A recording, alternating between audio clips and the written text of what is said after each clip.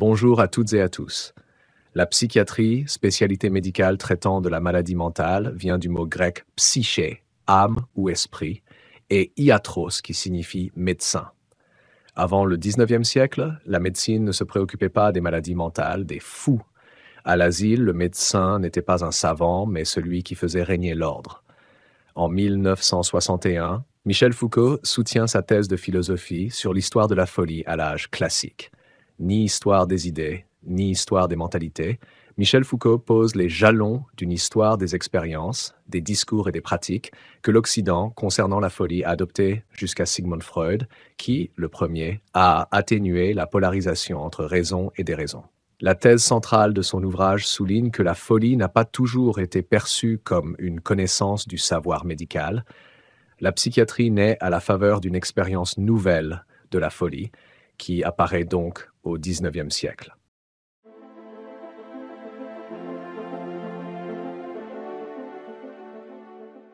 Partant de l'image du fou à la Renaissance, qui inquiète et fascine à la fois, Michel Foucault montre que notre conception de la folie comme maladie mentale est le produit de notre culture et de notre histoire.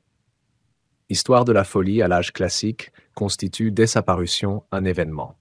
L'auteur n'est encore qu'un inconnu qui publie là sa thèse principale de doctorat de philosophie. Et c'est l'historien Philippe Ariès, ébloui par le manuscrit, qui le défend et le fait paraître chez Plomb. Ce texte, étrange à de nombreux égards, va devenir le point de départ de bien des lectures et de bien des débats, contesté par les uns, encensé par les autres, et notamment par les tenants de l'antipsychiatrie qui en feront un de leurs livres de chevet. L'histoire de la folie est un ouvrage atypique et polémique, profondément lié aux débats qui agiteront le monde psychiatrique dans les années 1960 à 1970.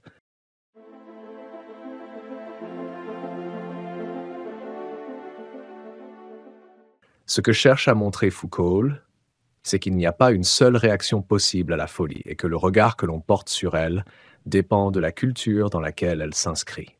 Le fou n'a pas toujours été considéré comme un malade mental. Foucault esquisse donc les grandes étapes du rapport de la raison à la folie, à partir de la fin du Moyen-Âge jusqu'à la naissance de l'asile au XIXe siècle.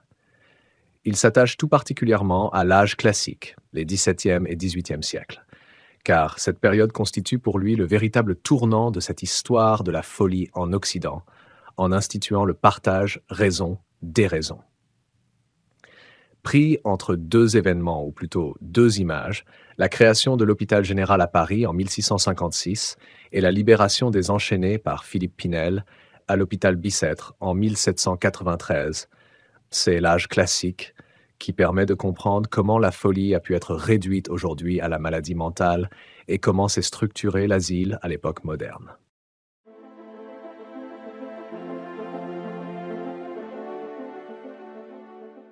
Pour Foucault, tout commence en fait à la Renaissance. Alors que la lèpre disparaît du monde occidental à la fin du Moyen Âge, une nouvelle inquiétude surgit. Le fou devient une figure majeure, comme le montre l'iconographie de Jérôme Bosch à Pieter-Bruegel, mais aussi le motif littéraire et pictural de La Nef des Fous de Sébastien Brant en 1494, cette étrange embarcation d'insensés qui hante l'imaginaire du début de la Renaissance. La folie a alors un visage inquiétant et fascinant parce qu'elle paraît incarner un savoir ésotérique, image d'apocalypse, de bestialité, d'une nuit obscure et profonde. Pourtant, dès la Renaissance, un partage apparaît entre cette conscience tragique qui prête à la folie d'inquiétants pouvoirs et une conscience critique qu'incarne la littérature humaniste avec l'éloge de la folie, d'Érasme. La folie n'est plus pour celle-ci une manifestation cosmique, la découverte d'autres mondes, mais bien plutôt un égarement et attrait aux faiblesses et aux illusions des hommes. Celui-ci, plus laid qu'un singe, se voit beau comme Nirée. Cet autre croit chanter comme Hermogène, alors qu'il est l'âne devant la lyre et que sa voix sonne aussi faux que celle du coq, mordant sa poule. Cette expérience de la folie prend la forme d'une satire morale. Ce divorce est important car cette conscience critique de la folie, où l'homme est confronté à sa vérité morale et à sa nature, va dès lors être mise en lumière, tandis que la folie sous ses formes tragiques et cosmiques va être occultée.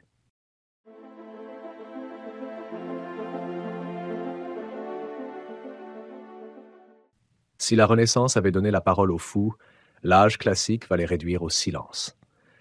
La création de l'hôpital général à Paris en 1656 fait donc date en ce qu'elle inaugure pour Foucault l'ère du grand renfermement.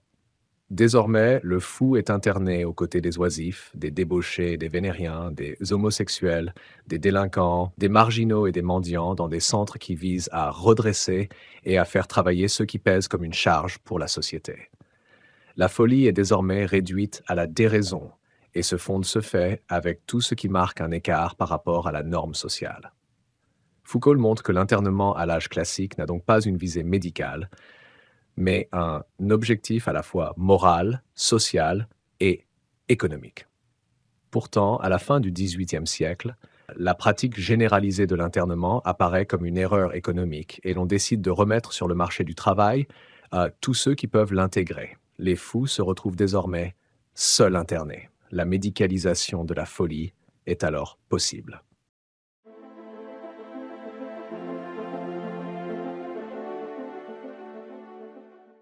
L'autre événement clé de cette histoire de la folie est alors, en 1793, la décision prise d'ôter leur chaîne aux aliénés de l'hôpital Bicêtre par Philippe Pinel, l'illustre ancêtre de la psychiatrie. D'après la légende, Georges Couthon, un fidèle de Robespierre, visite Bicêtre, qui est à ce moment le principal centre d'hospitalisation des insensés, car il veut savoir si parmi les fous que souhaite libérer Philippe Pinel ne se cachent pas des suspects. Paralytique, Georges Couthon quitte sa chaise pour se faire porter à bras d'homme et est pris d'horreur et de peur face au spectacle des fous. Il s'étonne de ce que Philippe Pinel souhaite délivrer ses animaux, mais accepte tout en le mettant en garde contre sa présomption. Georges Couthon parti, Philippe Pinel peut alors accomplir sa pieuse besogne en libérant les fous de leur chaîne. Selon la légende, il commence par un capitaine anglais le plus dangereux de tous. Philippe Pinel l'exhorte à être raisonnable et, miracle, sitôt libéré, l'aliéné n'aura plus aucun accès de fureur.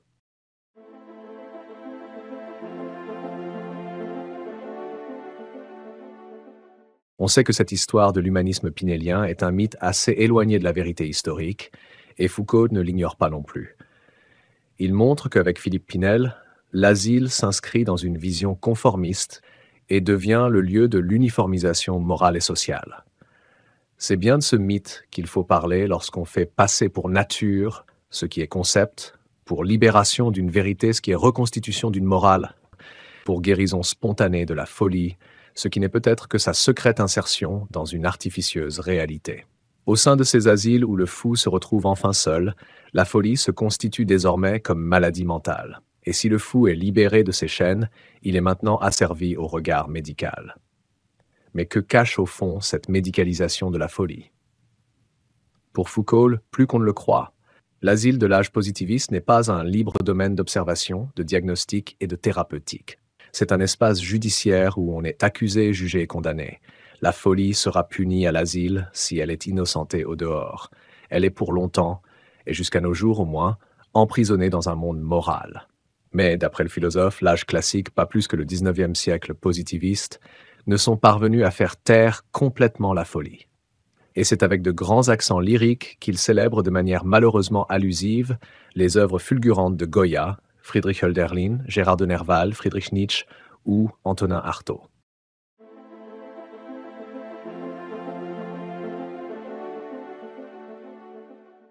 Quel accueil est-il fait à ce livre brillant mais touffu, dense et difficile? Foucault s'est plaint de ce qu'il n'est pas reçu au moment de sa parution, beaucoup d'échos. C'est oublier sans doute les beaux articles que lui consacrent Maurice Blanchot, Roland Barthes ou Michel Serres. Gaston Bachelard, pour sa part, lui écrira une lettre très bienveillante pour saluer son grand livre. Mais il est vrai que la réception de l'histoire de la folie reste dans un premier temps assez restreinte. C'est après l'immense succès que rencontre la parution de Les mots et les choses en 1966 qu'un plus large public se tournera vers l'histoire de la folie.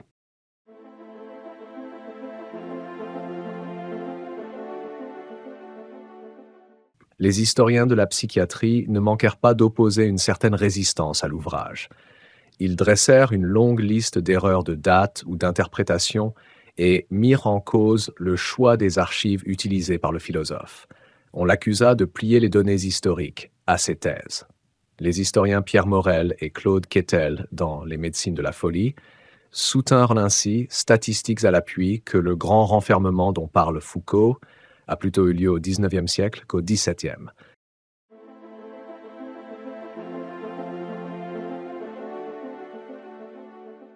Il faut dire que la captation du livre par l'antipsychiatrie simplifie grossièrement son enjeu. Là où Foucault avait livré une étude structurale liant les aspects philosophiques, historiques, politiques, économiques et scientifiques, on ne lit plus que la dénonciation de l'oppression exercée par le pouvoir psychiatrique. Mais si cette interprétation univoque de la folie froisse quelque peu le texte original, il reste qu'elle va bien dans le sens de l'évolution de la pensée générale de l'auteur. Et d'ailleurs, lorsqu'il revient sur la psychiatrie dans ses cours au Collège de France à la fin de l'année 1973 et au début de 1974, c'est bien pour l'analyser comme un savoir qui est un instrument de pouvoir du psychiatre sur le malade.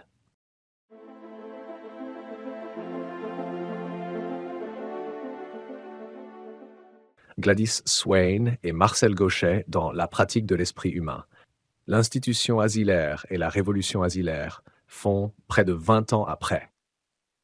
L'histoire de la folie, une interprétation tout à fait opposée à celle de Foucault, même s'il ne s'attaque pas explicitement à lui. Il voit dans l'instauration de l'asile un projet d'intégration et la volonté démocratique et égalitariste de considérer les malades mentaux comme des hommes à part entière. On peut néanmoins se demander si cette lecture est réellement moins idéologique que celle de Foucault.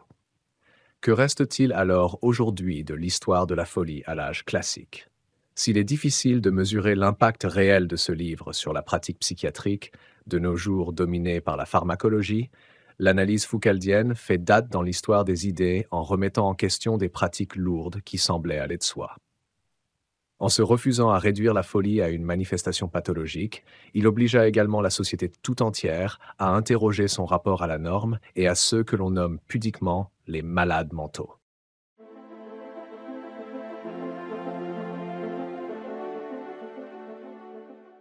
Né au début des années 60, l'antipsychiatrie désigne un vaste mouvement initié par 3 Britanniques, David Cooper, Aaron Esterson et Ronald David Lang.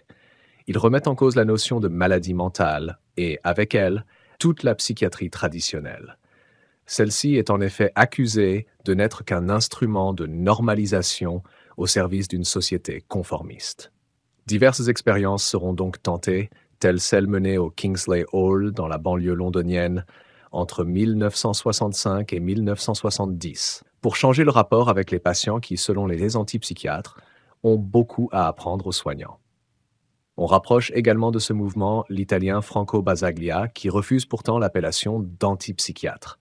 Selon lui, l'internement, parce qu'il ne fait qu'aggraver les troubles mentaux, doit être supprimé. Sa position, soutenue par le mouvement Psychiatria Democratica, aboutit à la suppression de la loi de 1904 régissant l'internement en Italie. En France, peu de psychiatres se rallièrent à l'antipsychiatrie, même si elle rencontra un grand écho chez les intellectuels d'extrême gauche. Le mouvement antipsychiatrique s'éteint dès le début des années 80. S'il fut beaucoup critiqué pour ses positions extrémistes, il constitua l'occasion pour les psychiatres de s'interroger sur leurs propres pratiques et de réévaluer l'institution asilaire.